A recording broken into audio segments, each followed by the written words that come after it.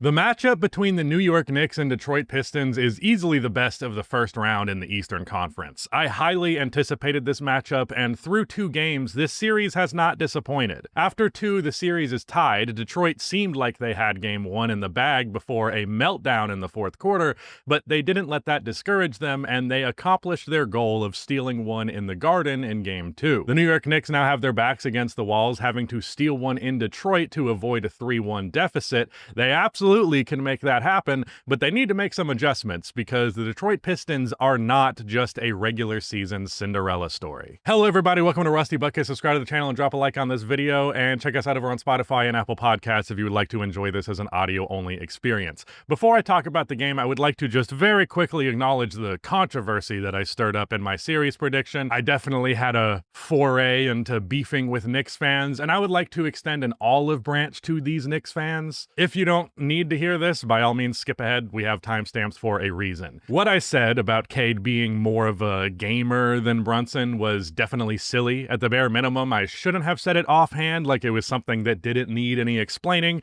I don't agree with the take. I just kind of said it. Sometimes that happens. It was a bad take, and plenty of you yelled at me. And I think that's your God-given right as a sports fan. I have a tendency to take the animosity in response to something that I said personally and then start to dislike the team associated with them, but that's a character flaw that I'm really trying to overcome. I've especially done that with the Houston Rockets in the past, I'll be honest. But I genuinely like this Knicks team a lot. Knicks fans I often don't like because some of you are belligerent dicks, let's be honest, but they don't represent the whole of Knicks fans. I think it's annoying when people act like every fan is the worst version possible. But this Knicks team, I have raved about this year a few times because of the uniqueness of the roster construction. Their starting 5 is awesome, and I more or less like every player in it. Like, not even more or less. I like every player in it. Jalen Brunson pissed me off in game 2, but it is what it is. I like both of these teams a lot. I was excited for these games. I enjoy watching them, and I would like to keep the conversation there and the energy positive. Again, my bad on the Brunson disrespect. I'm a big Cade guy, but that take was just a step too far. I'm the one that's always preaching about not disparaging one player to prop up another, so I was being a hypocrite with that. Sorry for those of you who don't care, which is probably most of you. Let's talk about some basketball. Actually, one last thing. I wrote this game 1 recap and notes before game 2. I'm going to read it as is so we can pretend I recorded it before. I'm not going to editorialize it knowing that they lost game 2 just to capture the energy of the game. But with that said, let's get into the first, where OG Anunoby was the standout player initially as he would finish with 12 points on 5 of 9 shooting. And it wasn't just play finishing. He was straight up putting on a 2019 Kawhi Leonard impression from mid-range. He hit a post fade and a 3 early on to give the Knicks a 10-3 lead. He even hit a step back 3 midi out of the post to beat the first quarter buzzer. I also have to add that I love the untucked look for him. He rocks it perfectly. Landry Shamet would check in with 6 minutes left, which felt like a bad sign for New York, but their depth actually really came through today. Mitchell Robinson's return went as well as you could have hoped for. He checked in at the 5-minute mark, and he would immediately protect the rim really well and get a putback layup on the other end. Cade had a very rough start shooting the ball, with the most troublesome aspect of it being that he mostly took layups that weren't going in. He didn't find a lot of space all throughout the game, and I think that's going to be his experience for all of the series. The best way to counteract that is by having other Pistons contribute to the scoring. OG got the Cade assignment, which meant that Brunson is on Tim Hardaway Jr., and Tim did a better job attacking this mild mismatch than I ever would have expected. This is a hell of a push-off by Hardaway Jr. for the back cut. Yes, that could have been called, but whatever you get away with is allowed, and Hardaway being physical, using his size advantage, and being active as a cutter is exactly what Detroit needs in order to keep the defense honest. Malik Beasley also hit a pair of threes, and Tobias Harris ended up being the story of the half for Detroit. He went 3 for 3 on mid-range shots in the first, 1 out of the post over OG, 1 left wide open in the middle because they doubled Cade, and this one pulling up for the short jumper over Mitchell Robinson. Honestly, I did not see much I didn't expect early on from either either of these teams. It's a pretty even affair, 27 all. In quarter two, Detroit did a good job of exploiting some favorable matchups. They caught Shamet on some down screens, one for Beasley, one for Hardaway, and both of these would result in an open three that they would make. Cat was also the standout of this quarter, not just for his scoring, which he did well, putting up 10 points on 4 of 5 shooting in the second, but more impressive was his defense and playmaking. Here, Hardaway tells Duren to switch in the paint. This message was not received because there was really no need to switch, so it makes sense that Duren wouldn't think to do it. And Cat throws a dime to Shamet at the rim, a phenomenal read in a split-second decision where there was very little time to get that pass in. The Knicks ran double bigs with Mitchell Robinson and Cat. It's actually insane how much more of this we are seeing in the NBA. Double bigs are fully back. I think we waited until centers started shooting threes, and now we're like, okay, well, you guys can just play power forward again now. Cade continued to play the game in a straitjacket. He did not get a single clean look in the first half. He pulled a desperation three from way downtown just because it wouldn't be a shot where he had no separation. Anytime he would go inside, he would get swarmed. On this one, he gets blocked by OG with Mitchell Robinson breathing down his neck. Beasley hit another pair of threes, and Tobias Harris continued to cook, finishing the half with 22 points and getting the final three at the buzzer, pulling up on the break, right elbow over a strong OG contest. Wow, what a game from him. OG hit a three the possession before this to reach 19 first half points. Insanely hot start for both of these guys. Jalen Brunson also had a horrible time shooting the ball, but started to find his rhythm at the end of the second, more comfortably getting to his spots. New York now leads by 2, 57-55, but an extremely even affair all the way through thus far. Tim Hardaway Jr. got an and one early into the second half, again punishing the Brunson matchup. And also, I don't have a natural transition for this next thing, but I do have to point out this Asar Thompson play. Like, bro, this guy is insanely fast. What even is that? I thought my fucking screen had like motion blur on that spin move. Cade continued to shoot poorly, but he reached his 9th assist of the game at the 7-minute mark on a lob from Duren. They would run more pick and roll from there, and Cade began to find some comfort. Here he crosses over Cat high on the screen from Stu, takes it to the rack for the slam. Don't let this play fool you though. Cat played great defense all game. He got his second block in this quarter, and he did a genuinely elite job protecting the basket all night. Tobias Harris's Linsanity-ass half was unfortunately over, his only shot being a baseline fadeaway that he airballed. The Magic had left his system at this point. Jalen Brunson had 11 points on 4 of 5 shooting in quarter 3, finally getting into a rhythm, but unfortunately he would land bad on his ankle and would limp for most of the rest of the game. Not that it slowed him down that much, he still was great.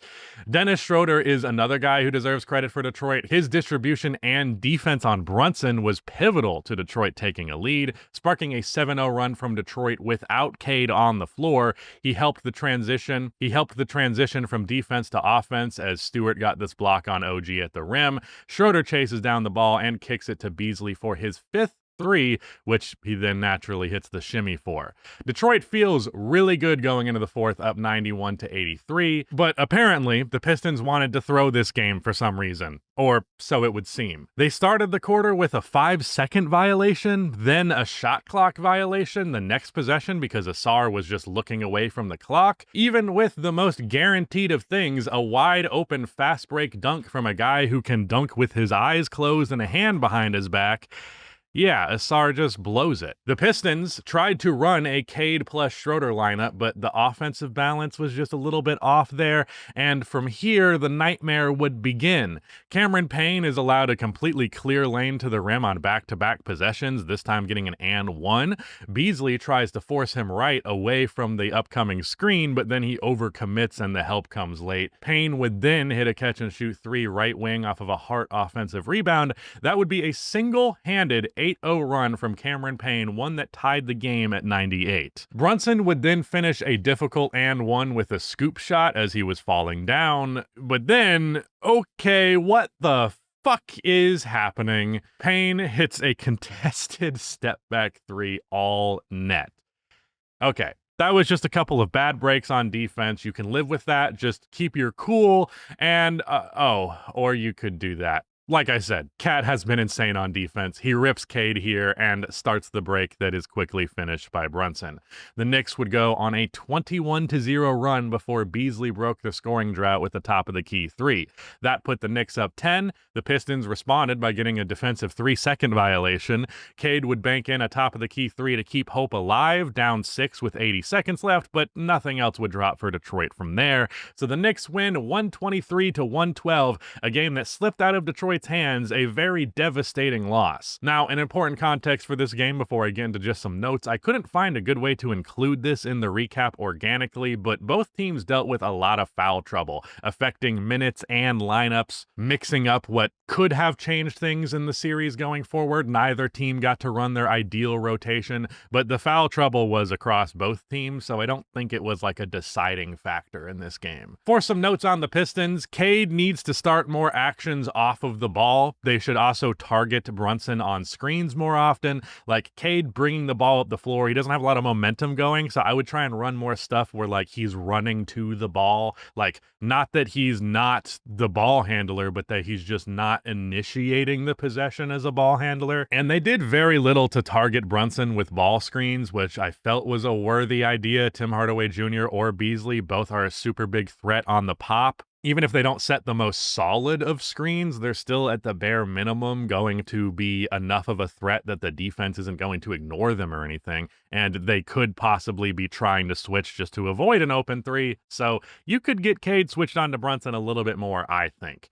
I felt like they didn't run nearly as much pick and roll as they should have. Every time that they went to it in this game, it went really well. And I just don't feel like Cade isolating, taking the ball up the floor, and that being how all of the offense is initiated is really all that creative. It's extremely easy for the defense to queue up on, so they gotta fix that. I don't think this is Cade's fault. I definitely undersold how well New York could defend him. Like, this was my biggest fear, was that they could defend him this well, but he just didn't get a lick of room. Like, I didn't expect it to be this fucking bad.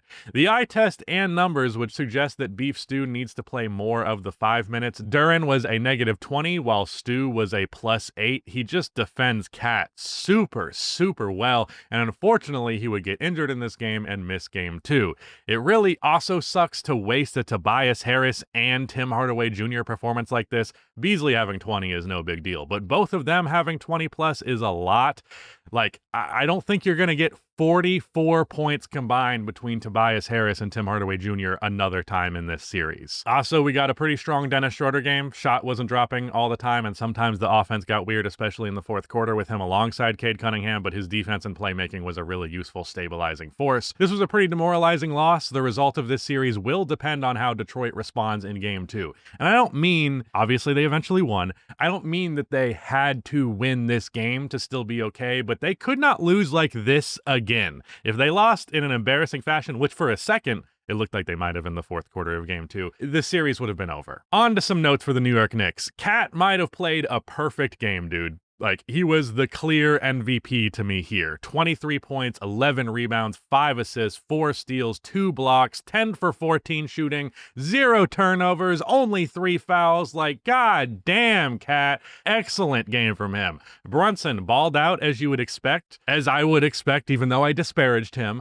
I feel like he's prone to having bad starts to games. I think he did the same in the second game, but, you know, it doesn't last long. He always picks up the pace, and he especially closes strong. Maybe I'm misremembering, but I feel like the tendency for Brunson to have a bad first half and an excellent second one is like very there. Very, who's that guy? The I don't jerk off guy. Tim Tebow?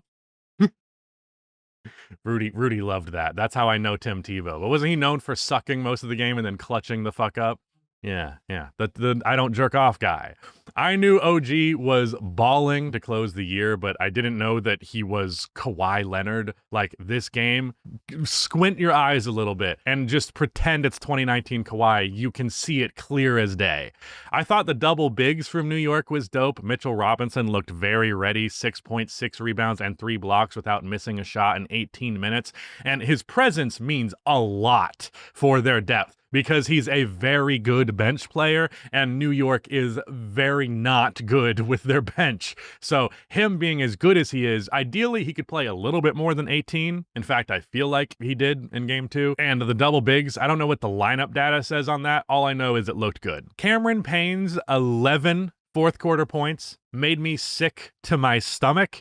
And I don't know if I can properly cope with this part of the game quite yet. And that is not a Knicks hate thing. That is a Cameron Payne thing. This is old beef from when he was a Chicago Bull, and it was the worst thing I ever saw in my goddamn life.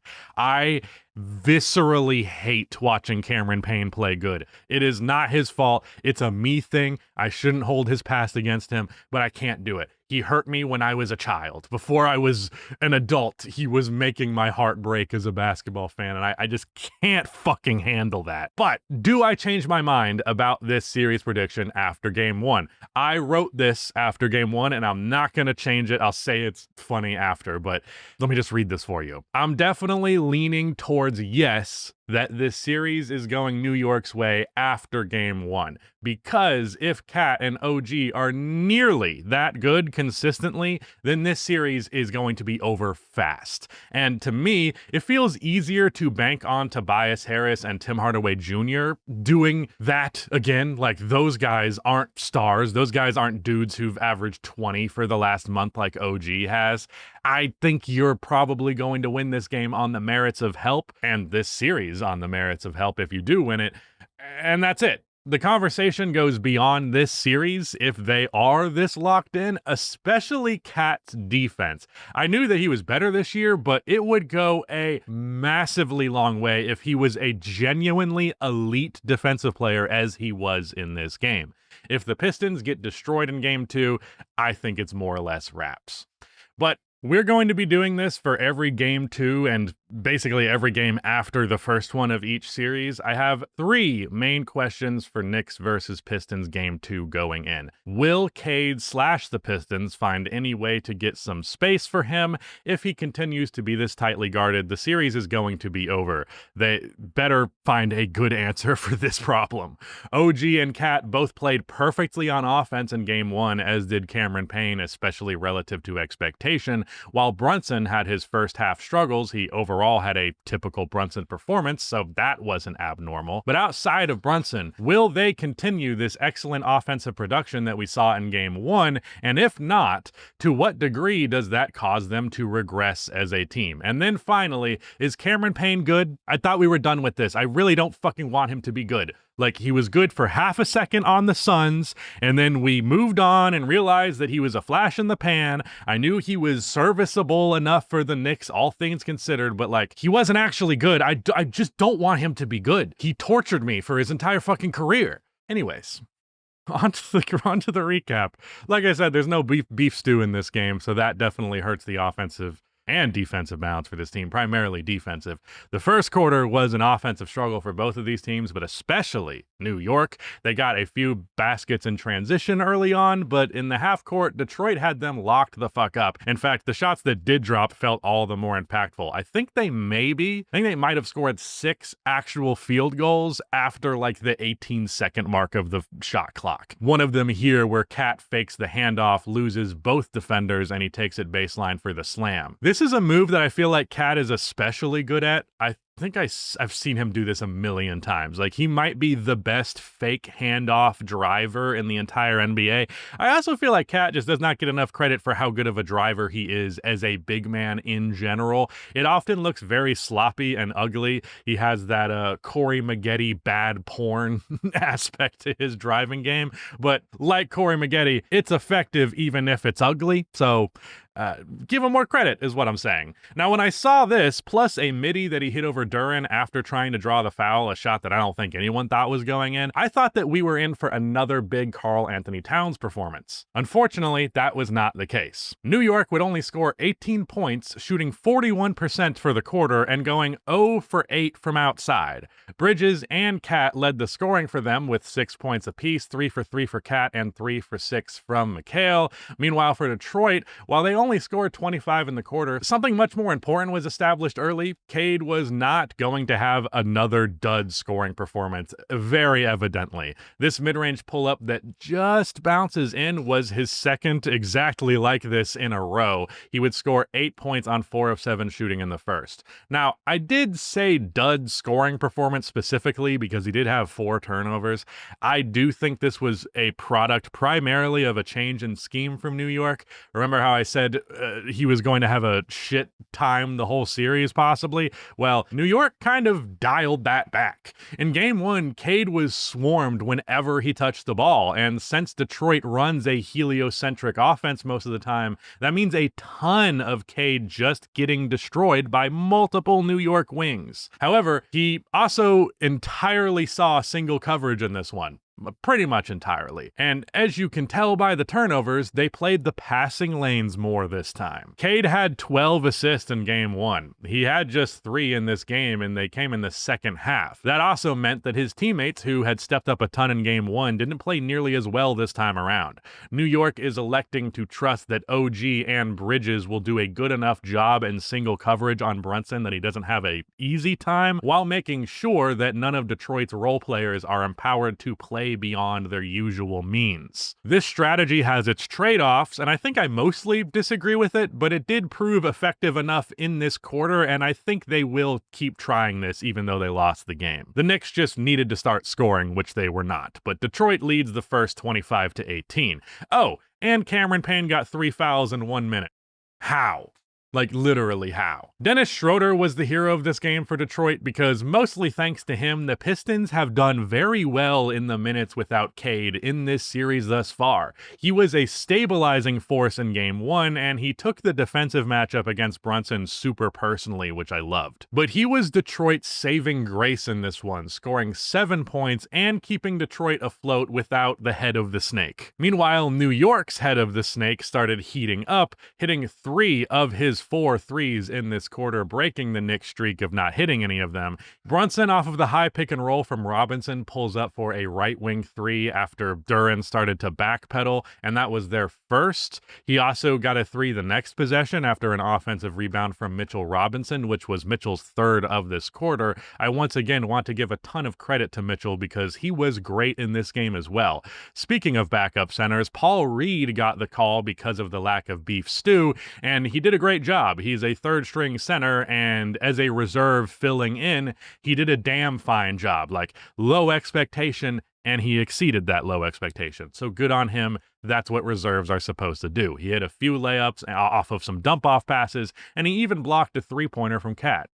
Both teams got into the offensive rhythm finally in the second, scoring 30 and 31 each. Cade picked up where he left off, although he was also getting to the line now. In fact, in the first half, Detroit shot 14 free throws, which isn't anything crazy, but the Knicks had 0. Now, this was mostly because the Knicks did very little to generate fouls. They were overwhelmingly taking jumpers, 3-pointers or otherwise, but Cade definitely got 2, maybe even arguably 3 favorable calls in this quarter. Nothing crazy, but definitely some shit that they could have bit the whistle on. Officiating was bad in this game across the board, which stinks because it takes away from the enjoyment of an otherwise great game, and it gets everyone arguing with each other about shit that is, again, not the basketball that should matter. Worst of all, people scapegoat free throw disparity for why they lost, and it's one of the most annoying ways to cope. Don't be that guy. Everyone hates that guy. The free throw disparity went Detroit's way for the most part because they were just more of an interior team. And while the poor officiating did lean Detroit's way early, it flipped around in the second half. The refs, I don't think, were biased. They were just incompetent, and that distinction is important. I don't think between the Knicks or Pistons, the league is like, we gotta be sure the Pistons advance in this series. Cade finished the half with 20 of Detroit's 55 points, which gave New York a 6-point lead. I'll be honest, I have very little to talk about for the third quarter because both of these teams went cold as ice. Detroit and New York started 1 for 8 from the field in the first 5 minutes of the quarter. The Knicks would hit just 6 of their 18 shots, and most of those makes didn't come until the last third. OG Anunoby's short jumper in the paint over Cade here finally broke the OG Anunoby's short jumper in the paint over Cade here finally broke the Why do I keep wanting to say the Detroit? It's fucking drought. That's an entirely different word. OG Anunoby's short jumper in the paint over Cade finally broke the... Fuck! OG Anunoby's short jumper in the paint over Cade finally broke the drought for them. Include all of that. Ugh.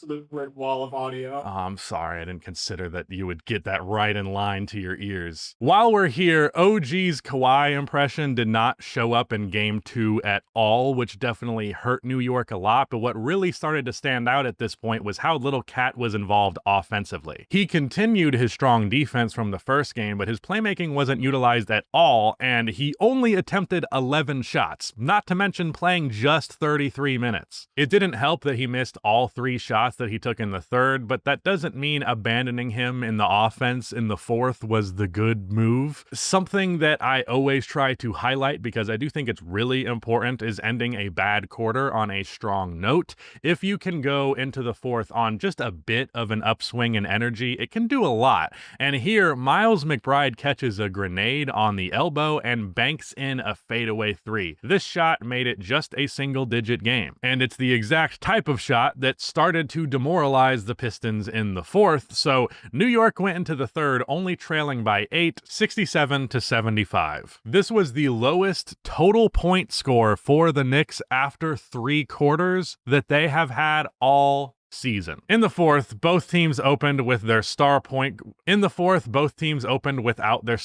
guards. McBride and Schroeder traded a pair of 3-pointers. McBride pulled up over Duren, who was reluctant to step up again, while Schroeder's was a standard catch and shoot that bounced off of the rim and in. Neither team really had picked up the slack offensively early in the quarter, and it felt like most of the points being scored a lot of the times were free throws. There were 25 free throw attempts between them in the fourth, with both teams hitting 11 of them. They only took 9 more field goal attempts collectively than they did free throws. Detroit never lost the whistle that they gained in the first half, but New York started to get a really generous one. It honestly felt like the refs were trying to make up for the first half free throw disparity. The calls were especially generous to Brunson. He fouled out Asar, drawing 2 fouls on him in 2 minutes, both of which were complete horseshit. This shit at just under 2 minutes into the fourth was the first time that it actually pissed me off, even though it was happening the whole time. Not only does Brunson get an egregious foul bait here and lean into the defender, but he really annoyed me when he was holding up 3 fingers in a way that looks like it was like a normal 3-point celebration. Like, I'm sure he didn't intend it to be that way, because it's also just an indication of 3, like I'm getting 3 free throws, but like the celebration after the whistle, holding up the 3, it just looks like he thought it was the equivalent of actually hitting a 3-pointer, and that was, oh my God, I can't imagine a worse mentality, as though a 3 and BSing your way to the line are things to be equally proud of. It's like foul grift. What do you mean? I stole that joke from Rudy. Another reason I hate foul baiting and foul discourse is it distracts from the good aspects of the game. For like the actual shots that Brunson was taking, he was hitting them and it was dope. It was enjoyable every time it happened. It just felt like there was so much bullshit around it. This step back midi in the clutch was huge. I wish he had more of this instead of the other stuff.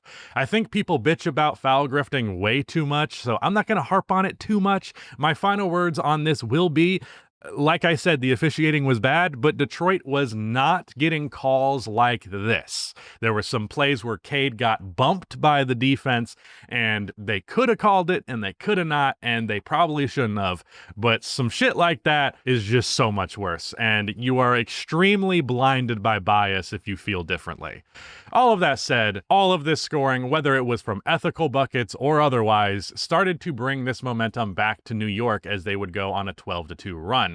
Detroit felt the pressure. New York also started to throw more defenders at Cade. I think it makes sense to hold that off for the fourth quarter, and upon seeing it applied late, it made a little bit more sense to me, because the consequence of Cade having the scoring performance that he did while not getting assists pretty much ever is his help was largely not involved and not in rhythm, definitely not in the way that they were in Game 1. Malik Beasley scored just 9 points on 9 shots, while Hardaway didn't hit any of his shots and put up a goose egg. a night and day contrast between his performance in game 1 and game 2, because he was so good in that first one, especially as a cutter, better than I thought he was normally capable of.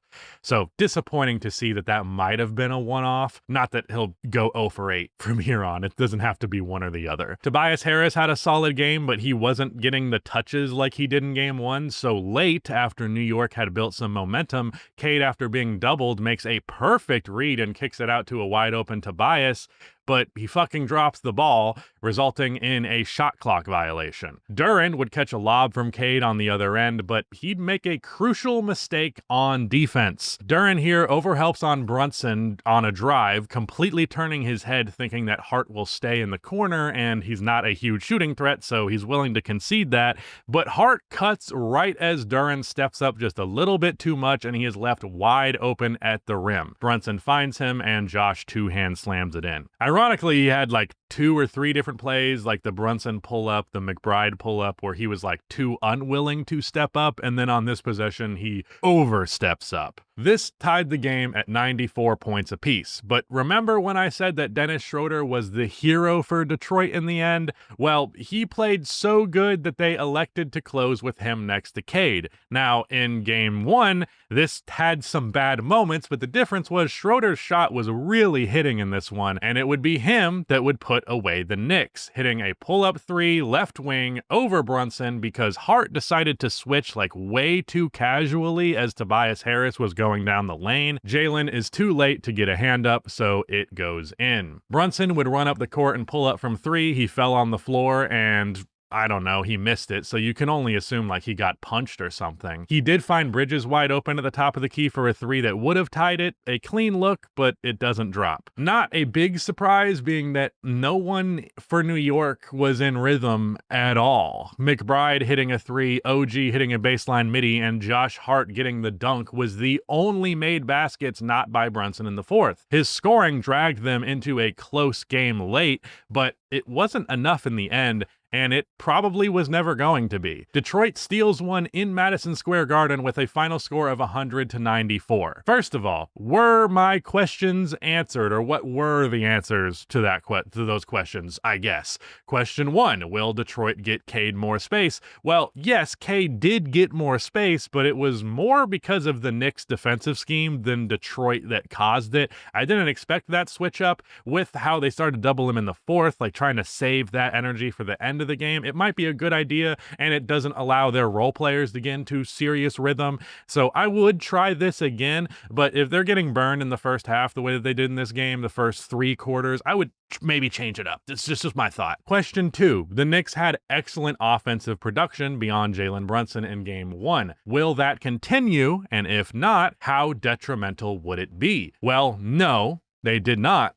They did not play well, and yes, it was very fucking detrimental, so hopefully you don't get a repeat of that if you're New York. And question 3, is Cameron Payne good? Well, at staying out of foul trouble, no, he is not. Some notes for the Pistons. First of all, congrats to the Detroit Pistons and their fans alike for their first postseason win since 2008. Obama was redecorating the Oval Office the last time they had a playoff win. Cade was amazing, but I don't know how much was him rising to the occasion versus just simply getting more favorable coverage and performing better as a result. He still hit some difficult shots here and there, but for the most part, it was shots that he felt very, very comfortable on, and I just don't know if it's a good idea to allow him to have that level of comfortability. Dennis Schroeder is a goddamn saving grace, and I am so sorry that I had the take that it would maybe be wise to play Marcus Sasser instead of him just purely because he's a better shot creator and three-point shooter.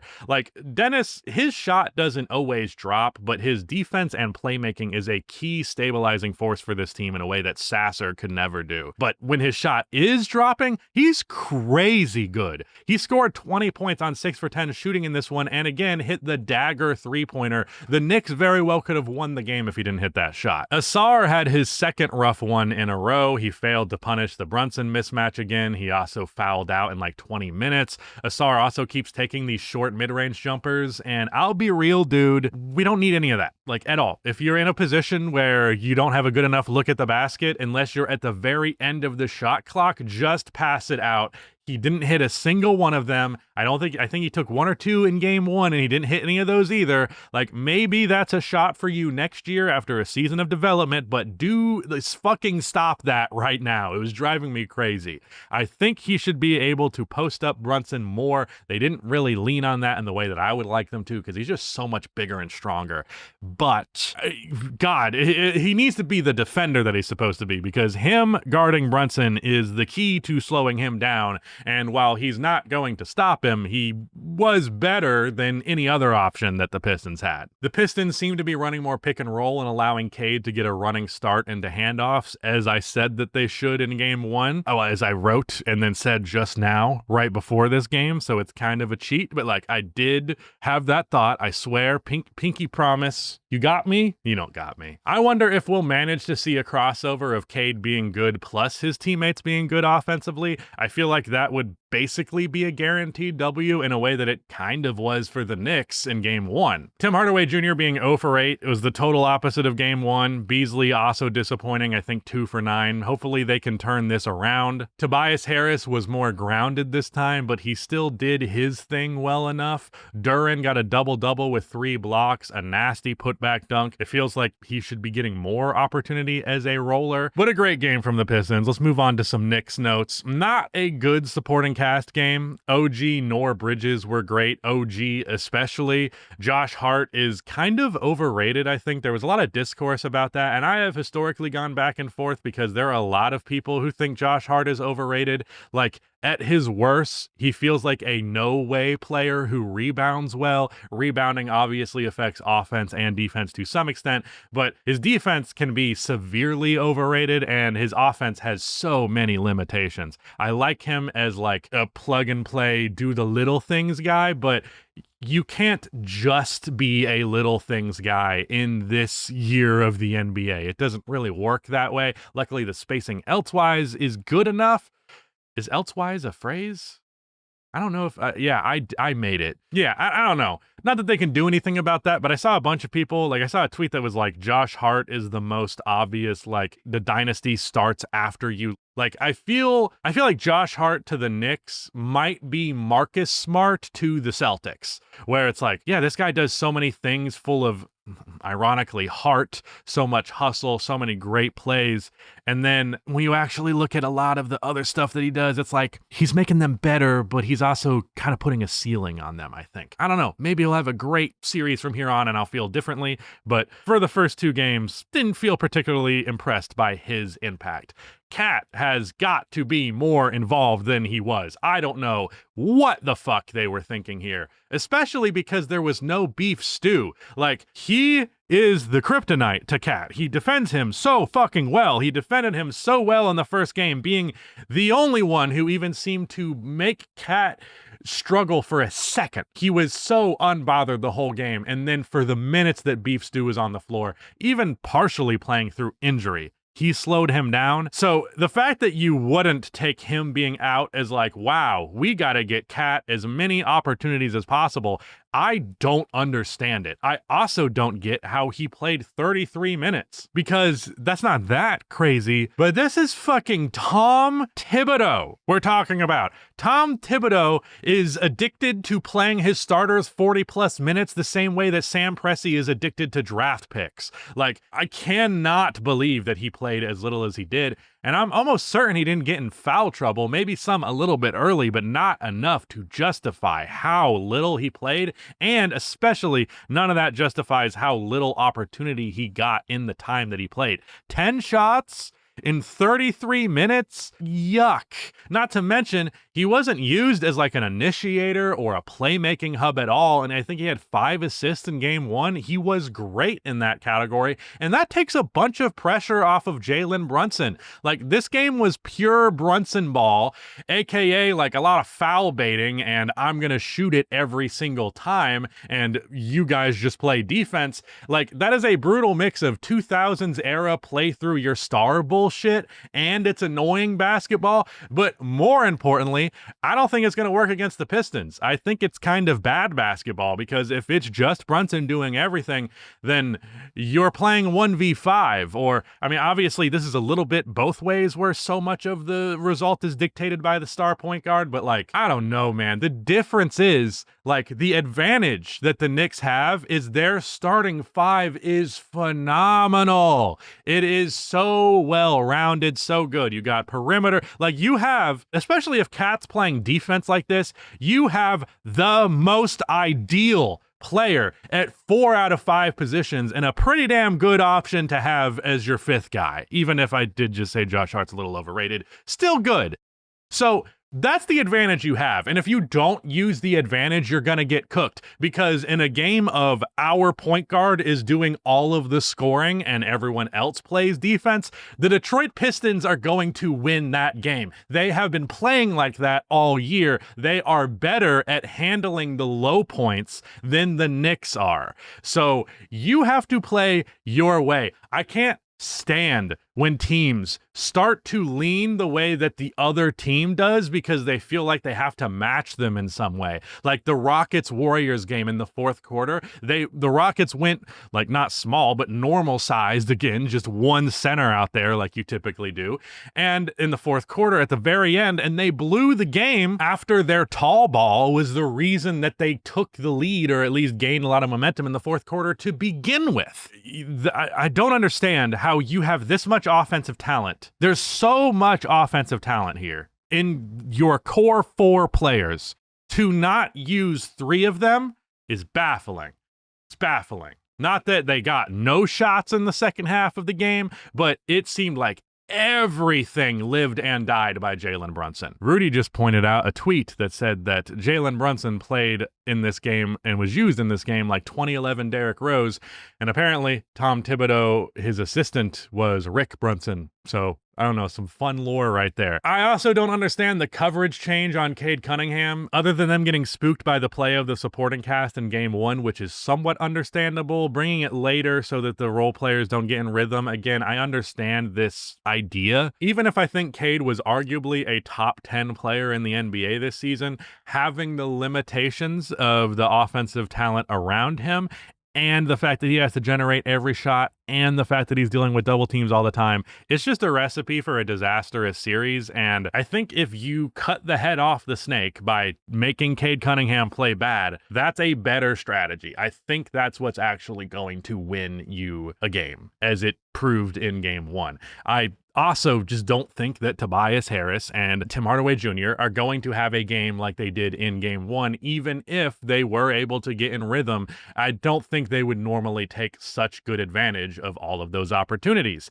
And between the two of them, as I mentioned at the end of game 1, when it comes to the supporting cast, you got a great supporting cast game in game 1 and a terrible one, at least offensively, in game 2. You are way more likely to get a good OG, Bridges, and Cat game than you are to get a Hardaway, Harris, and Beasley game. Like, they will play okay because they've been starters all year. Beasley's 6-man, but Beasley also awesome. I think at least their second best scorer sometimes feels like their second best player, oftentimes feels like their second best player. But I think you're conceding so much by not utilizing your guys, because if you're just going to make it a one-man show, the Pistons are better at being a one-man show. You need to win on the merit of your depth. Now, as for some updated series prediction after 2, I am now feeling more confident in my Pistons pick after this one because they showed a lot of maturity throughout this one. They managed to keep their head above water and play well, and I appreciate that. I was afraid after the first game that this was just the type of team that they could play good enough and close enough for most of it, but they would collapse in the very end. And for a good portion of that fourth, because it came down to that Schroeder three-pointer, it looked like they would actually blow it again, but I think they still got this series. I feel good about the prediction now. But it doesn't, I feel as good as I can because I do think that New York is going to win one of the games in Detroit. That crowd is going to be loud as fuck, energetic as fuck. They're going to have an energy like you haven't seen out of a Pistons game since the fucking Chauncey Billups era. But I think the Knicks will take one in Detroit. I think they're too talented to go down 3-1 in this series. The matchup is too close for them to go down 3-1. It still possibly could, but I think this is a 7-game series, and I think every single game of this series is going to be close because this is kind of a rock fight, and both of these teams are prone to their rock moments. They're also prone to questionable depth, role players or supporting pieces not playing all that well at times and then just gunning with your top guys. And games like that are almost always close. Like for a lot of this game, it was not the Pistons versus the Knicks. It was Cade Cunningham versus Jalen Brunson. This is a really even matchup. The Pistons are not a joke, and me picking them was not either. Real quick, we've been doing a terrible job of maintaining this. We'll see if it even fucking holds up by the end of this shit. But just for an entertainment grade for each of these games, Game 1, I'm going to give an A. Game 1 was great. Game 2, I think I have to give a B+ because of the fouls, especially Brunson's foul baiting. Like, it's crazy to me that SGA is the face of foul baiting when, like, as much as he does it, it's not every possession. And in the second half of that game, Jalen Brunson threw his head back just as much as he dribbled. And that was nauseating. Like, I really do not like to complain about foul baiting. I hate it. I hate talking about fouls ever. But yeah, that detracted from the enjoyment enough that I can't say it was a great, like really good game, but definitely worth watching. Good hoops, and I'm expecting this series to continue to be very, very good, especially by contrast to the rest of the Eastern Conference first round, because that shit's a joke. But with that said, that is the end of this video. Thank you so much for watching, and goodbye. Dude, I'm fumbling right now. I was on such a good streak, and now I'm fucking fumbling. Yeah, I'm sure I'm fine now.